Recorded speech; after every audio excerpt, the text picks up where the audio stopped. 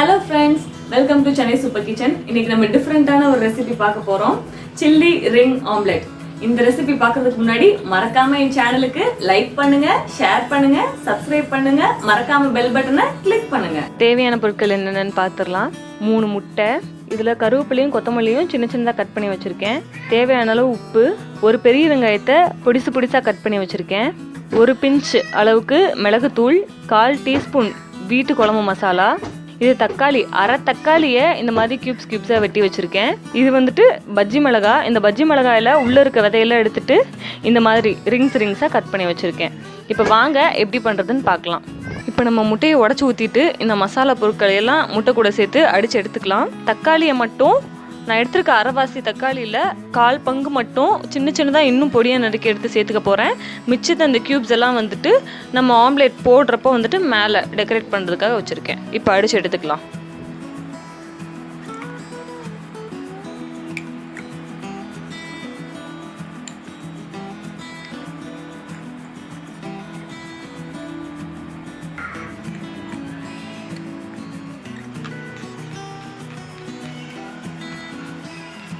இப்போ நம்மளோட முட்டையும் ரெடியாக இருக்குது, மிளகாயும் ரெடியாக இருக்குது. இப்போ நம்ம சில்லி ஆம்லேட் பண்ணுறதுக்கு ஸ்டார்ட் பண்ணிடலாம். ஃபஸ்ட்டு தோசைக்கல்ல கொஞ்சம் எண்ணெய் ஊற்றிக்கலாம். இப்போ நம்ம சில்லிஸ் எல்லாம் ஃபஸ்ட்டு உள்ளே வச்சிடலாம்.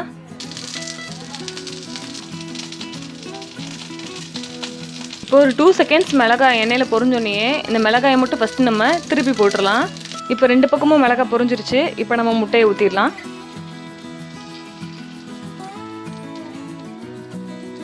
இப்போ இந்த முட்டையெல்லாம் ஒரு சைடு ஒரு 1 மினிட் வேகட்டும். நம்ம க்யூப்ஸாக கட் பண்ணி வச்சுருக்க தக்காளியை மேலே கார்னிஷ் பண்ணுறதுக்கு வச்சுக்கலாம்.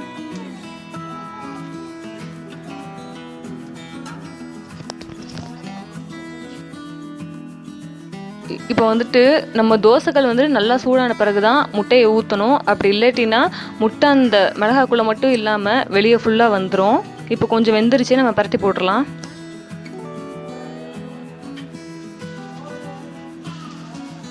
இப்போ நம்ம சில்லி ரிங் ஆம்லேட் எல்லாமே சூப்பராக வெந்துருச்சு. இப்போ நம்ம பிளேட்டில் சாப்பிட்றதுக்கு எடுத்து வைக்கலாம். இப்போ நம்மளோட சில்லி ஆம்லேட் சூப்பராக ரெடி ஆயிடுச்சு. இதை நம்ம கார சட்னி இல்லைன்னா தக்காளி சட்னி கூட சாப்பிட்டோம்னா சூப்பராக இருக்கும்.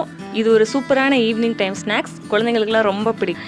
இது சட்னிக்கு பதிலாக நம்ம டொமேட்டோ கெச்சப் கூட யூஸ் பண்ணிக்கலாம். இன்னைக்கு நம்ம ஈஸியான சில்லி ரிங் ஆம்லேட் எப்படி பண்றதுன்னு பார்த்தோம். எல்லாருமே கண்டிப்பா வீட்டில் ட்ரை பண்ணி பாருங்க. எப்படி இருந்துச்சு அப்படின்றத கமெண்ட்ல சொல்லுங்க. மறக்காம சப்ஸ்கிரைப் பண்ணி பெல் பட்டனையும் கிளிக் பண்ணிருங்க. பாய்.